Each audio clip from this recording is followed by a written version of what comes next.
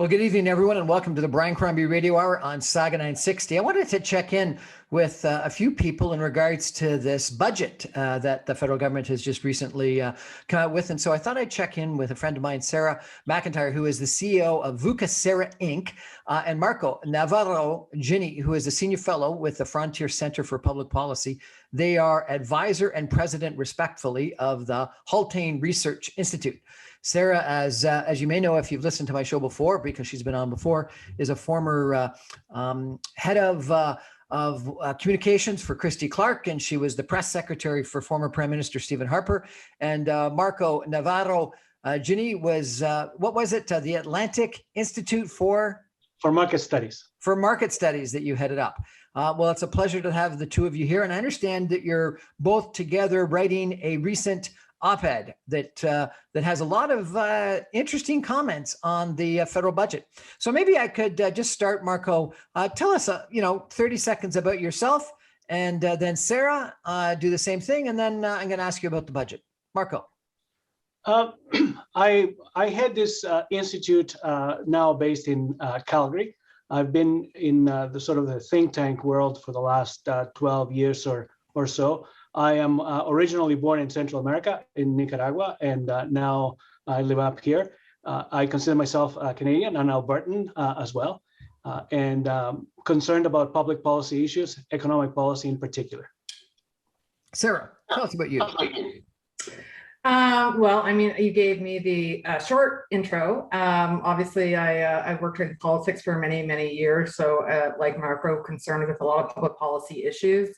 The most past 5 or 6 years, I've been working at my own business doing lobbying, government relations, public relations, and public affairs for clients, mostly in telecommunications. And now I'm looking into moving into some more oil, grain, and gas clients. Marco, in the recent op-ed, I read that you think that our elected leaders have abdicated their responsibility. Tell me what you think about the budget. Well, there is a lot on this budget, Brian, and there's some good and there's some not so good stuff. I think we should probably start with what I see good here, because there is some good. There is an attempt at offering some level of aid to people whose businesses and whose lives have been either shut down or put on hold, and that continues. A lot of that is self-inflicted by government, but nonetheless. There is a significant chunk of money here in an envelope for example, quantum research and high-tech artificial intelligence. There is money for small businesses and adoption of high-tech measures that can help them with their businesses. There's $16 billion earmarked for Aboriginal affairs. We can talk about details later, but that's, I think, in and of itself, not necessarily a bad thing. I worry about how these things are going to be implemented. So there are good things. One of the things that we should worry about, and there are also many things to worry about in this budget, is just the massive nature of the spending, the massive nature of the indebtedness into which we are essentially going contracting for, not just for ourselves. It's going to take a couple of generations, or it could take a couple of generations to cover this nifty little bill. So there's lots of things to worry about. There are things that they did not address in the budget. I'm happy to talk about those as well. Sarah, what's your top line result? Well, I don't think there's really anything surprising in here. I mean, the Liberals have talked about daycare for about 2 generations, and obviously it's a line item in the budget, but it's going to require negotiations with all the provinces, even that already has a daycare program.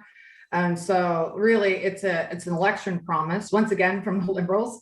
But I think it's an important one, and here's why. It's not just because it was the first time a female tabled a finance or a budget, but I think what we've seen during the pandemic is how disproportionately affected women have been in the workforce throughout the past year. We're living in very, very unprecedented times. I mean, we didn't have a budget for 2 years. And we've got record spending, record deficits. And like Marco, I agree. I mean, the cost of these measures won't just be felt by us, but future generations. I mean, the next generation is going to have to spend basically $1.50 for every dollar service that we're getting. So there is a cost to indebtedness and deficits. What I didn't see in the budget, what I would have liked to have seen is something on telecommunications and more competition for consumers. It was a prime time to do it because obviously the Rogers and Shaw deal is up in front of the CRTC. So we saw tax, obviously the digital tax come in for a revenue source, but they're banking on growing out of this. This position that we're in and growing out of the deficit. I think it's in 5 years. They think they're going to be at $30 billion deficit. But it's for the Liberals. It was an election. It was more of an election document than anything. And I think the fact that the vaccine rollout has been so abysmal on every level that the Liberals kind of blinked and tried to ensure that they got the NDP support so that they could get the budget through because they didn't want to be in an election right now. We're chatting about the recent federal budget with Marco Navarro. I've forgotten the pronunciation. Navarro-Genie and Sarah MacIntye, CEO of Vucasera, and Marco Navarro-Genie, the senior fellow with the Frontier Center for Public Policy, about the federal budget. We're going to take a break for some messages and be right back in just a minute. Stay with us.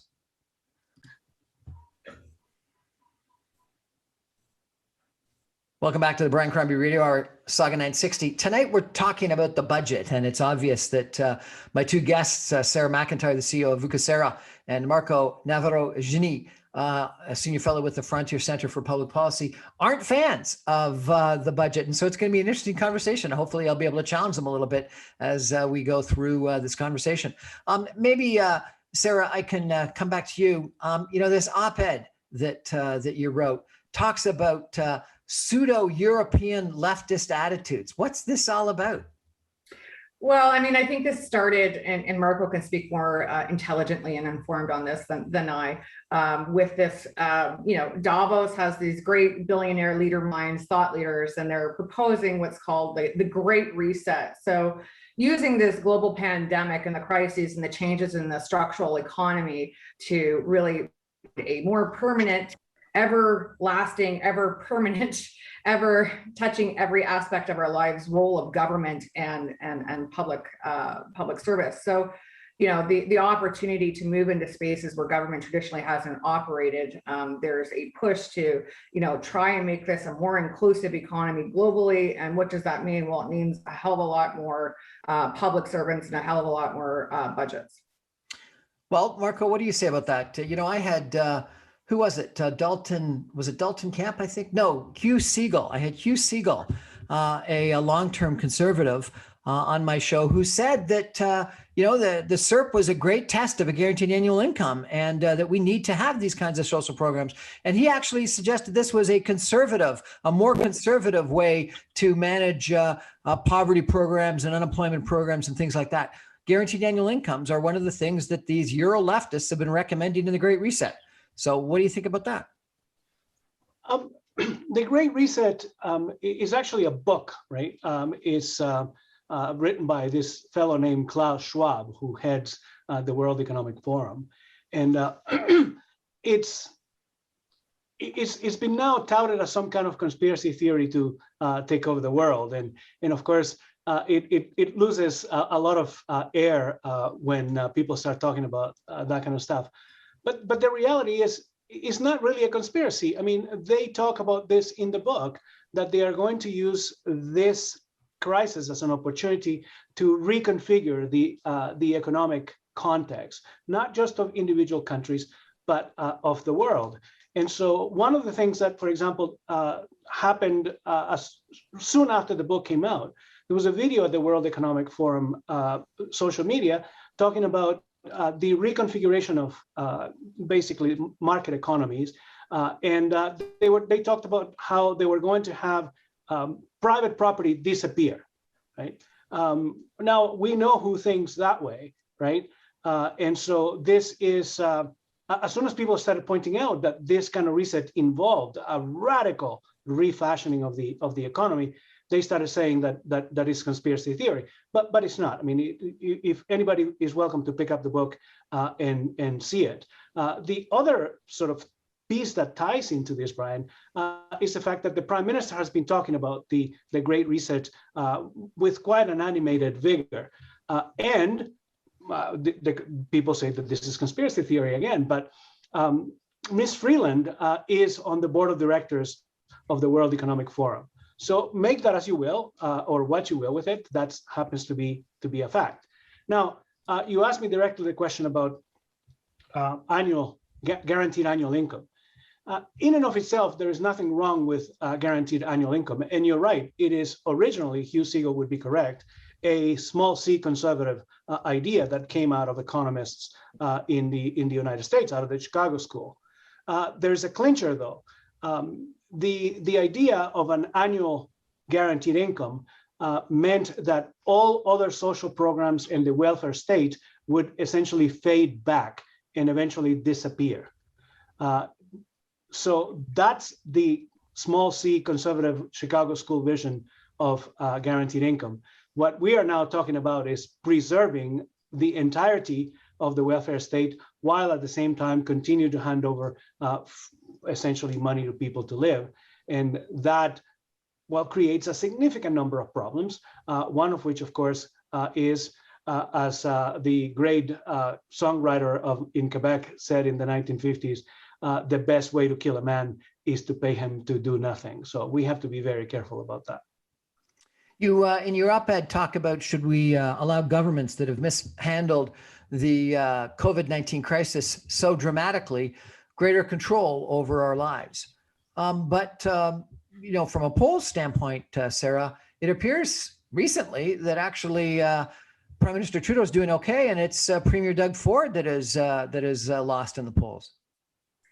Well, I mean, I think Trudeau's skating along now, but and there's a dedicated base to him. But every elected leader, oops, sorry, there's my dog.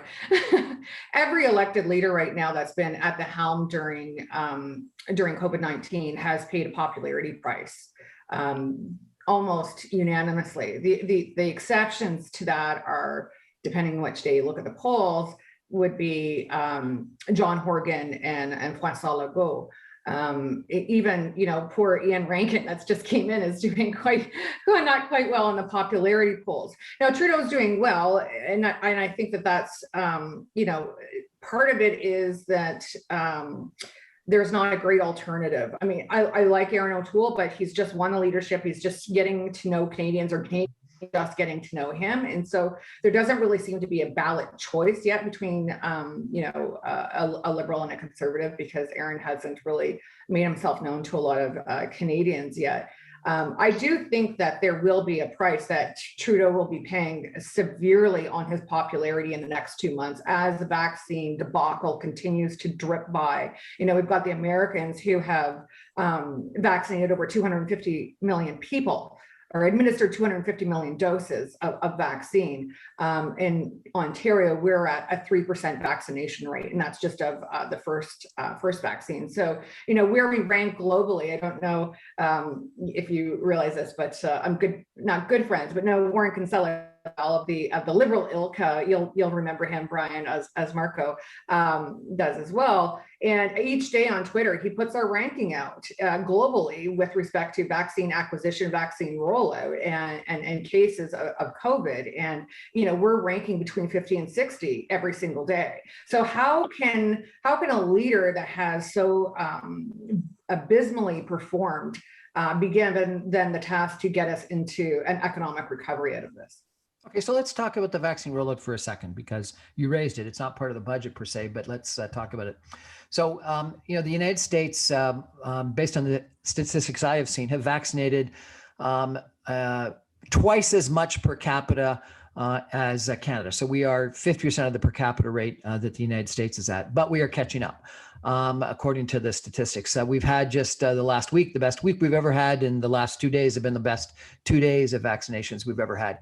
And the countries that are doing well from a vaccination standpoint are either the countries where we don't trust the vaccines, Russia, for an example, and or the countries where they clearly have local domestic vaccine manufacturing. And, you know, for nationalistic reasons, they probably have benefited themselves over the rest of the world. and that be the UK, the United States, et cetera. As far as countries that have approved Western vaccines and don't have domestic production, we're actually doing okay. And I guess the only way that we could have done better would have been if we had negotiated for some far better access than what we have, or we've had domestic vaccine production. And I think personally, the biggest problem is we don't have domestic vaccine production, but we too have 3 different domestic vaccine manufacturers that are in the approval process and an accelerated review and should get approved within the next couple of months. And frankly, it's probably a fault of numerous governments in the past that we have accepted global supply chains for critical goods like vaccines rather than ensuring that we have domestic production. What do you think about that, Sarah? I was going to ask you, because vaccine acquisition is just one part of the solution, right? We also have to do infection contagion, try to contain infection rates. And it was yesterday that we just closed the airports to massive hot zone in India and Pakistan. When this was talk about a record of continuous abysmal performance, it has been the federal government at every stage that has dragged its feet on, closing flights to Italy. I don't know if you recall, but when this first broke out and was declared a global pandemic, Italy was one of the worst hit areas. And for months and months and months, we were getting thousands of people flying in from Italy and no tests. And Brian, we've talked about this before. I traveled to the US in September after the first wave. And I came back and there was no temperature check, no questions, no nothing. People were getting off the planes from all over these hotspots and just going right into the community. And then therefore you're seeing community spread, you're seeing variants of concern all over the country. And that doesn't lay at the feet of the provinces. That leaves it's at the feet of the prime minister. And so containing the virus, informing the public, acquiring a vaccine, all of these are factors in how well you're going to be able to get yourself out of this pandemic and quicker. And I'll also say, in terms of domestic production, well, Syria doesn't have a domestic production of vaccines, and actually was faring better than us, better than Canada at one point. I mean, we had to actually go to COVAX, the international organization that was, acquiring and delivering vaccines to third world countries or developing countries, and ask them for vaccines. I mean, we're a bloody G7 country. That is embarrassing. It is an abysmal failure at the federal level on each and every opportunity. Marco, do you agree? I would have to agree. My colleague Barry Cooper and I have authored a book on the failures of policies for COVID-19. And the first edition came out when the vaccine issue had not really popped up yet. But I've been looking at the vaccine and the vaccination issues. And there's several things that jump to mind from your comments. One, of course, is that we have essentially changed the dial by saying that we can only achieve herd immunity once we vaccinate. And that, of course, makes the vaccines that much more important. I don't think that we can blame too many people in the past, considering that other governments, and perhaps governments that we consider of countries that are of lesser standing than Canada. Sarah mentioned Syria. I was going to mention Morocco. Morocco consistently does much better in the standings for healthcare than Canada does. And it had no problem procuring supply of vaccine for itself right away. We have somehow a good record of vaccinating now that we are actually vaccinating. But if we had started vaccinating people 2.5, 3 months earlier, much like the rest of the world started, then we would be in a much better position to come out of this ordeal in which we are now. So I think that yes, we essentially ravaged our ability to make vaccines in the country from previous governments. You can say that, but the reality is there's a company right here in Calgary that back in April of last year approached the federal government and said we could be pumping out a couple of million vaccines a day if you give us some ability to rev up and scale up. And the federal government didn't even look at them and went straight to China. So there are there is a significant number of failures here regarding the vaccine, and it doesn't really, as you say, directly impact the budget, except for the fact that it has delayed the achievement of herd immunity. So I've done interviews with 3 different companies in Canada that are domestic producers of vaccines. They all have significant contracts with the federal government, and they credit the federal government as to being critical for justifying, number one, their research, and number 2, their implementation of expansion plans so that they can get their manufacturing up. And for, frankly, maybe not accelerating, but being very reasonable from a Health Canada standpoint on their testing. None of them are yet through the testing process and approved, though one from Quebec City is in an accelerated testing program and might be, and the results are so positive that they may actually be approved sometime in early May. But all of them will say that the problem is a long-term government strategy on, frankly, pharmaceuticals in total, not just vaccines, but all pharmaceuticals, that have allowed us to go for the cheapest pharmaceutical products and squander a domestic pharmaceutical and vaccine manufacturing sector in order to access cheap goods from global supply. And if we're going to have a domestic manufacturing facility for either pharmaceuticals and or vaccines, we're gonna have to pay more for it. And this is even on PPE. I spoke with a company out of Quebec that was one of the biggest suppliers of PPE during the SARS crisis that had a contract that ran out, wasn't renewed by both provincial governments as well as federal governments because we thought SARS was over and we didn't need it anymore. And now is just now ramping up and has just this past year, actually late last year, gotten a 10-year contract from the federal government to create PPE going forward. So they constantly replenish our inventory of PPE. And so bottom line, the people that I've spoken to, Marcos and Sarah, have said that what we did in an era of austerity over the course of the last decade or two is that we have cut back domestic manufacturing of vaccines, pharmaceuticals, PPE, relied on global supplies, which was great from an economic standpoint in good times, but was a disaster as soon as the pandemic came. I don't think I would dispute any of that at all. That is a fact. I have done some work before on pharmaceuticals and pharmaceutical funding on government funding for pharmaceutical research, and I agree that the envelope of pharmaceutical research in this country was torn many years ago. But I wouldn't expect people who just are receiving multi-million-dollar contracts from this government to be critical of this government. So let's put that on the table. But the second issue is that the fact that we have ravaged the pharmaceutical industry in this country is completely separate from the fact that this government absolutely failed to provide vaccinations and vaccines for Canadians in an early and timely manner.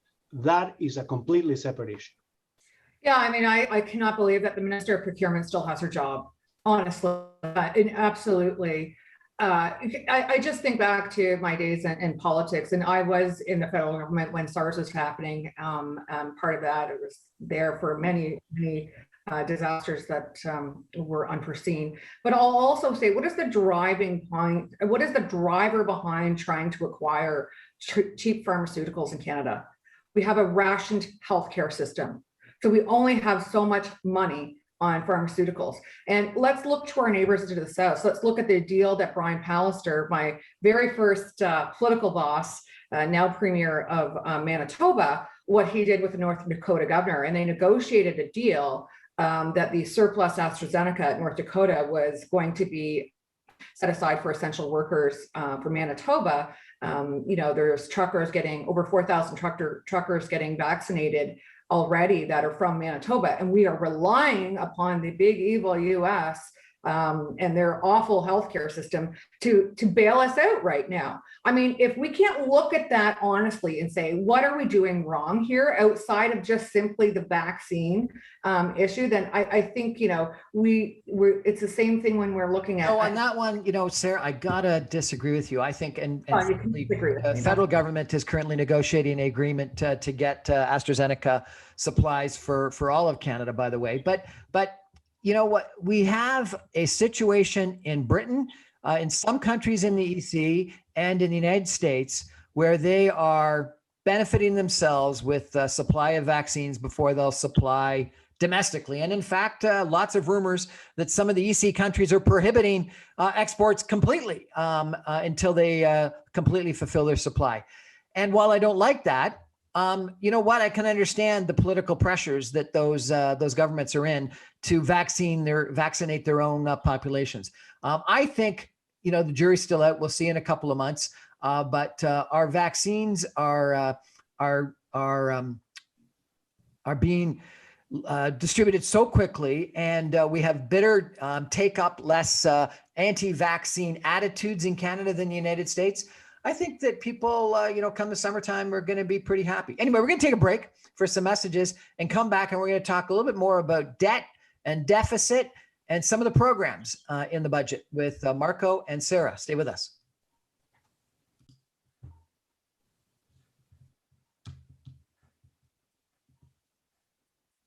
Welcome back to the Brian Crombie Radio Hour. Having I'm enjoying it, a spirited discussion with Sarah MacIntye. She's the CEO of VUCA Sarah Inc. and Marco Navarro-Genie, who is the Senior Fellow with the Frontier Center for Public Policy. They are respectively the advisor and president of the Haltane Research Institute. Sarah is a former press secretary for former Prime Minister Stephen Harper and a communications director for Christy Clark, the former premier of British Columbia. And Marco, you've been the director of the Atlantic Institute for Policy. Is that correct? Atlantic Institute for Market Studies. For market studies. Yeah. Market studies sounds like you're pretty market oriented. And this, as you said, budget has the biggest increase in debt that we've ever seen. What do you think about that? Yeah, yes, indeed. I am pridefully market oriented. This is a part of the budget that I pointed out worries me the most, is the massive amount of debt that we have just acquired, and by and large, a lot of this debt didn't have to be. We didn't have to have locked down the country the way that we did and paralyze so much industry and so much economic activity. But $1 trillion in debt ought to give us a pause for some thinking.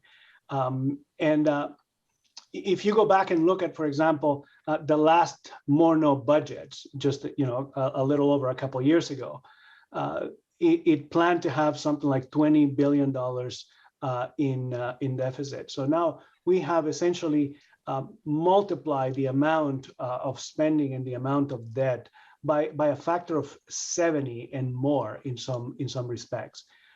This should be worried. Those of us who have children and those of us who have grandchildren should worry about this, because it is our children and grandchildren who will be saddled with paying the lion's share of this budget. Now, the government says that all of this is going to be able to be paid from economic growth. I am happy to say that they didn't say that the growth was going to come from our heart out this time around. That's a good thing. But the reality is, yes, the economy is going to grow. There's been a massive injection of artificial cash into the economy at the moment. The economy will chug along for the next year, maybe two. But that's kind of an artificial stimulus to the economy. The real worry should come a couple of years from now, when all that artificially injected money washes off, and then what? Does this government have the record and the experience of economic development and growing the economy? Some of us question that record. And so what happens then? Well, what happens then is what happens every time this sort of thing happens. If the economy does not perform at the level that it should be in order to raise the revenue that we need to pay this massive debt, the thing that is going to happen is that taxes are going to start creeping up in Canada, perhaps at a small level at the beginning and then ratchet up some more.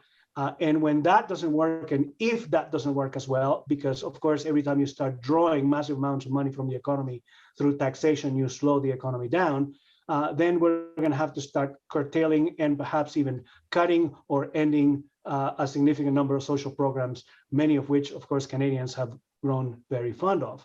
So the prospects of acquiring this much debt are significantly worrisome for me. The government says this is the best time to borrow because money is cheap. That is true. But one of the greatest mistakes in human affairs is to presume that tomorrow is going to look exactly the way it does today. And it won't. Bankers, everybody will tell you, and you know this well, things will change. And what happens when interest rates go up? A point or two will send us into a tailspin pretty quickly. Okay, So, but you're a market guy, Marco, and if you're right, what should have happened is the market should have said, "Oh, this is a huge mistake, and it's going to be a problem in the future." And all of a sudden, the interest rates demanded of the Canadian government should have gone up dramatically, and they didn't. Interest rates are at a historic low, and the government is locking in those historically long interest rates. And maybe Sarah's got a response to this, because one of the biggest criticisms that the government used was a critique of what happened of the Stephen Harper government after the 2008-2009 crisis, where they said that they instituted austerity way too quickly. And because of that, we had an anemic recovery from that recession. And frankly, even Biden said that was what he learned in the Obama administration, that we cut off, or the Americans cut off the spending too quickly. And so both in the United States and in Canada, learning from the aftermath of the 2008-2009 financial crisis, they are spending to ensure that we have not an L-shaped recovery, but a positive recovery. Yeah, I mean, the terminology is quantitative easing. And Tiff Macklem, the governor of Bank of Canada, was out last week saying that he wasn't really wanting too much more quantitative easing, which could also, that's the monetary policy side of things. And there's the fiscal side of the house. And look, we are at historic low interest levels, interest rate levels. But look at where the inflation is going to be coming. Housing, of course, it's a booming and very uneven areas than what we're used to. Food, transportation, and all of these things costs are going to be felt by the average consumer. And, you're getting these kind of food restocking fees that some of the big global food companies are bringing in. Those are all felt by people's bottom line in their household budgets. And when you see that inflation kind of start outstripping growth, you're going to see Tiff Macklem come in and bring in the interest rates. But, we are looking at, I am, unlike Marco, not a fan of this record-setting spending and expenditures, but we are looking at a lot of pent-up demand in the Canadian economy. There's projections of a 6.5% growth. The economists are saying we're going to see the global economy roaring like we haven't since the 70s. Well, there's always a day of reckoning for that as well, and I think that for this particular budget, it was crafted as a political document, as an election document, and a global pandemic when we haven't seen a budget in 2 years from this government, as it's been flailing about during the global pandemic and not able to acquire vaccines. But the big picture for a lot of these spending commitments from the feds is going to rely upon negotiations with the provinces. And here's two factors we got to factor in over the next 6 months. Ontario is heading into an election year. Quebec is heading into an election year. And we've got a lot of money for startups, a lot of money for technology, and a lot of money for, as Marco mentioned, things like quantum investing and quantum computing. But we didn't have anything that really helped out Alberta. And so, there are going to be some really tough negotiations that are going to be happening at the federal, provincial level before even a dollar of these promises go out the door, including daycare. So let's talk about daycare. Let's talk about childcare. You mentioned that the federal government finally agreed to fund, I guess they've suggested they're going to fund it on numerous occasions, as you pointed out, but fund daycare. Females have really hurt during the pandemic more than males on average. They've tended to be the first ones to stay at home, to take care of the children, to give up their jobs, et cetera. Labor force participation by females is at one of its lowest levels ever. And so therefore, one of the productivity enhancements that the government has put in its sights is that's getting female participation back up to where it has been, if not better than that, via taking a sort of Quebec example of childcare across the country. And they have shown that if they're right, that female labor force participation goes up, the impact on GDP growth will be such that the childcare expense will be paid back. So it is a social program that has a payback. Doesn't that make sense, Sarah? Oh, Guy, you can run numbers on anything that makes, it all pays back. Yes, it's all magical here. It's just been sitting here waiting for us, this solution, and it's not going to cost us a thing. Come on, you know as well as I do. Have growth. I just think that is a misnomer. Sorry, that's my dog here. I just think that is a circular argument, and it doesn't, I think that it actually demeans the benefits of daycare. I think actually what we've seen in this pandemic is that men have actually realized what the cost of daycare is to the household.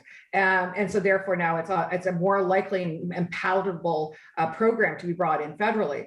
But it's not something new to women. I mean, the calculation is always there. Is it worth it for me to work if I'm working in a lower paid job than my husband or my partner, which is generally always the case when I've got this much in cost, this much in transportation, this much and whatever associated costs there are with working a lower paid job. And for many, it didn't make sense. But then factor in the fact that many of these jobs are retail, and as we've had things shut down, so women are at home more. So I'm for anything that helps bridge the gender gap and increase women participating in the economy. I don't think we're going to be able to come anywhere near to deal with the pay equity issue between females and males in the workforce if we don't have some type of support system for women who are that bear children and therefore are the ones that are most likely to stay at home with the children. And then that impacts their longer term earnings over the lifetime of their time in the economy. So I don't have it figured out what is the best answer. I think for most parents and most households, they want to be able to have a choice. Do I leave my child with my grandmother who doesn't cost me anything, or do I have a choice of having a publicly funded system? Now, the dollars that they've set aside for this program are woefully low, considering that I think Quebec's program costs $6 billion. Is that $6 billion a year? It's all, the devil's always going to be in the details. Brutus, sorry, my dog is playing with his toy. I think it's a program where it's come and people, regardless of gender, realize the value in publicly funded daycare for women to be able to advance their careers in the workforce. Did you expect to say that, did you? No, I think everything you said makes sense. And I do think that childcare is the right thing to do, but I also happen to believe it is economically smart to do, just like I think that immigration is the right thing to do, and it is economically smart. We need to grow our workforce. And the best way to grow our workforce to add economic growth to the country is by producing a situation where females that are at home with children feel like they can re-enter the workforce. Those females are here. They've been educated. We've spent money on healthcare. It's the right thing to do. Let's give them the opportunity, if they so choose, to go to work and make money and pay taxes and pay down that debt that you and Marco were so worried about. Marco, what about some of these other programs? You said that you thought some of the programs for Indigenous Canadians were good. Tell me about that. I'd like to come back a little bit to the last point you made, because you pricked my market interest.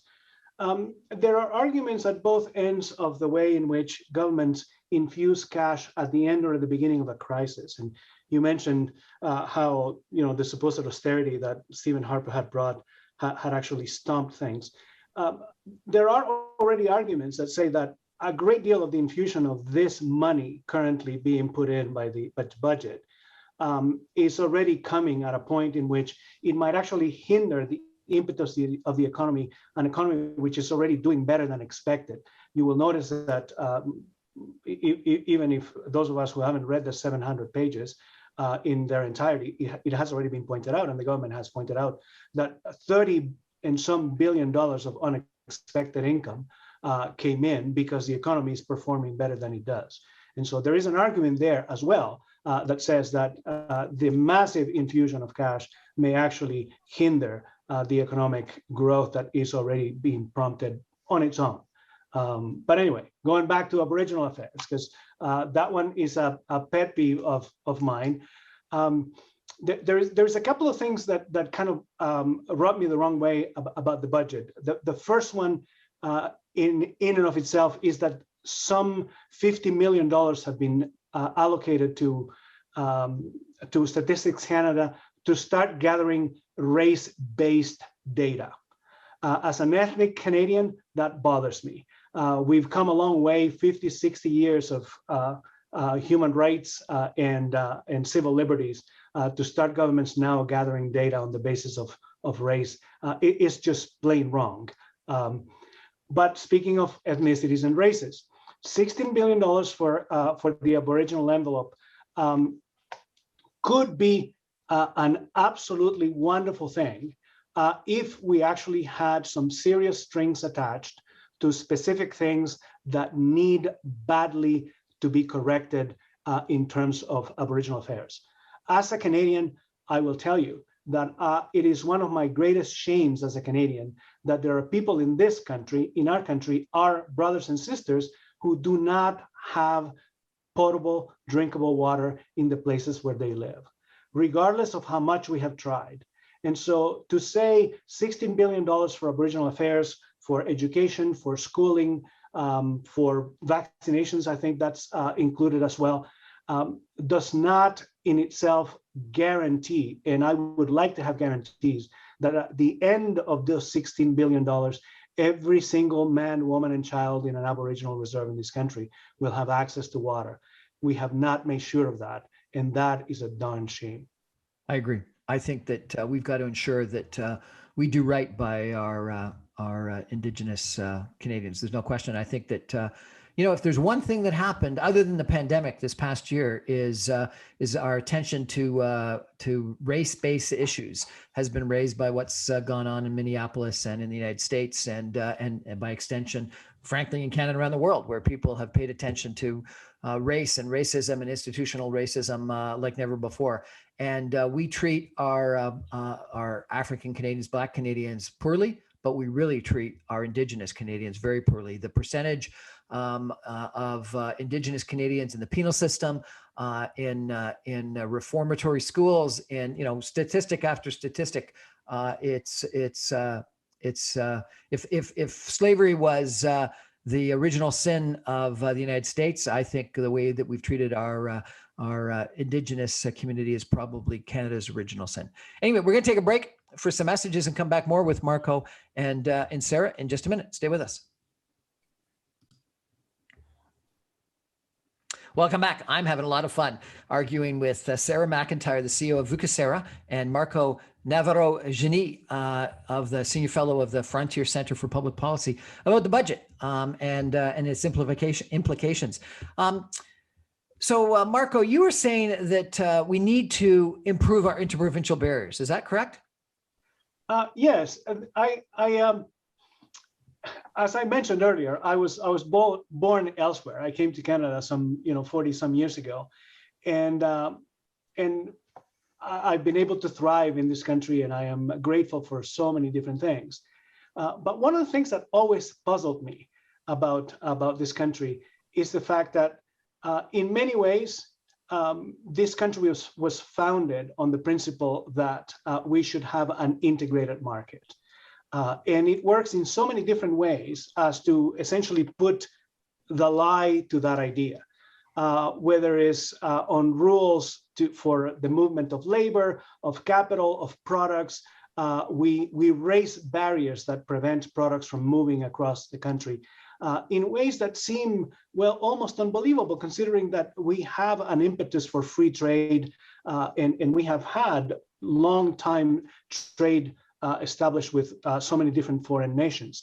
And so many studies, and some of them I have been at the forefront of the leadership that led to these studies, looking at what the cost of interprovincial barriers in Canada is. And by most semi-conservative studies, or projections rather, there is in excess of $100 billion each and every year that we leave on the table because we have all these barriers. Considering that we just came out of a pandemic, that we are indebting ourselves up to the eyeballs, this would be a real good time. And considering, of course, that now we have provinces acting as sovereign countries trying to prevent people at their borders from crossing other Canadians. This, of course, is also unthinkable for me. Hey, even within provinces, you can't go from one part of BC to another. Right. But that's their jurisdiction. They can do that if they want to. But standing at an imaginary line of a provincial barrier or a provincial border, preventing people from coming through, is very much against the very idea that this country was founded on. And so it seems to me that this would be the right time to have this conversation and finally have some real push from the provinces and from the federal government to erase many of these barriers that are preventing us from essentially fulfilling the promise of this country. I agree. Sarah, you also think that there's some issues with banking and telecommunications. And let me just read this from your op-ed, that these issues are holding back Canadian entrepreneurs, small business. It's time to free our entrepreneurs of the mercantilist shackles and unleash their power to create, grow, and hire. Wow. What do you want to have happen with banking and telecommunications? Well, I think what, intuitively everybody wants is more choice and more competition and lower costs. Our communications and banking in Canada, like everything, is often a cultural legacy of being, we don't want to be like America. We don't want to be big corporatists. We want to make sure we protect our culture, or we protect the language. And so when it comes to things like services on telecommunications and in banking, we have these weird kind of bodies like the CRTC that have to consider both cultural considerations, but then also competition and how to increase competition. And, go back to the Aboriginal Affairs file. I mean, imagine if you're in a remote community in Northern Ontario or Manitoba, Saskatchewan, Alberta, or wherever, your child isn't going to school. You have shoddy internet, and perhaps you're on government assistance because there's not jobs in your local economy. And, a good portion of that monthly income goes to Rogers, Bell, or TELUS. And it's for poor service. So, it's holding back communities. It's holding back the entrepreneur. I mean, we have, and we know this, some of the highest cell phone rates in the world. And everyone says, oh, it's because we're a big country, blah, blah. Well, we pay almost twice as what Australia does, and they have the same geographic issues as we do. So we have formulated our industry based on a policy of, we don't want to be like America, we have to be Canadian. And we attach cultural significance to things like telecommunications, which to me is just, I would rather have cheaper service than worry about what the CRTC. Okay, so it looks like it's going to consolidate even more. Are you against the consolidation that's currently being proposed? I mean, I think the CRTC, this is the time, the CRTC and the federal government, it is an opportunity to break up the oligopoly. We have an oligopoly in our banking system. We have an oligopoly in our telecommunications. Now in banking, try and be a small business owner, self-employed, not married, and try and get a mortgage for your house. Well, what is the biggest thing that small businesses and entrepreneurs need? They need access to equity. Our banks are holding back under their thumb the entrepreneurial spirit of so many Canadians, many of which are female and female small business owners, myself included. Well, lots of really interesting thoughts from Marco Navarro-Genie, the Senior Fellow with the Frontier Center for Public Policy, and Sarah MacIntyre, CEO of Vucasera Inc. They're both advisor and president, respectively, of the Halton Research Institute. Actually, I think I got it right. They're president and advisor, respectively. you guys, you're wonderful. I don't agree with everything you say, but it's a good discussion, and it's great it's a marketplace, Marco. It's a marketplace of ideas, and that's what is wonderful about democracy and freedom. We can argue back and forth. I think that it's going to be interesting, and so I'm going to ask you for your final point. Do you think the budget has succeeded in keeping the government from being defeated? Sarah? Oh, yeah, absolutely. I mean, I put that at budget day or the day before. You add up the numbers. The NDP, they're not in a financial position to go to an election. Whoever is seen to be triggering an election is going to be punished at the polls. So everyone's dancing around this and what's responsible and what's not responsible. And so I think we're going to cruise through the summer, and House is going to recess, and we're going to hopefully flatten the curve and get some vaccines up and deployed. And then we're going to have a fall economic statement. And I'll bet you, Brian, will be into an election by the end of this year. An election by the end of this year. Well, it'll be interesting. We'll have to have you back. And I also really want to talk to you about Aaron O'Toole's comment about carbon taxes sometimes, but we'll leave that for another discussion. Guys, thank you so much. 45 minutes. Thank you so much for joining. I really appreciate it. Have a great evening, everyone. That's the Brian Crombie Radio Hour on Saga 960. I come to you every Monday through Friday at 9:60 a.m. or streamed online at www.saga960am.ca, or my podcasts and videocasts available on briancrombie.com. Have a great evening, everybody. Thanks, Sarah. Thanks, Marco. Thank you. Yeah.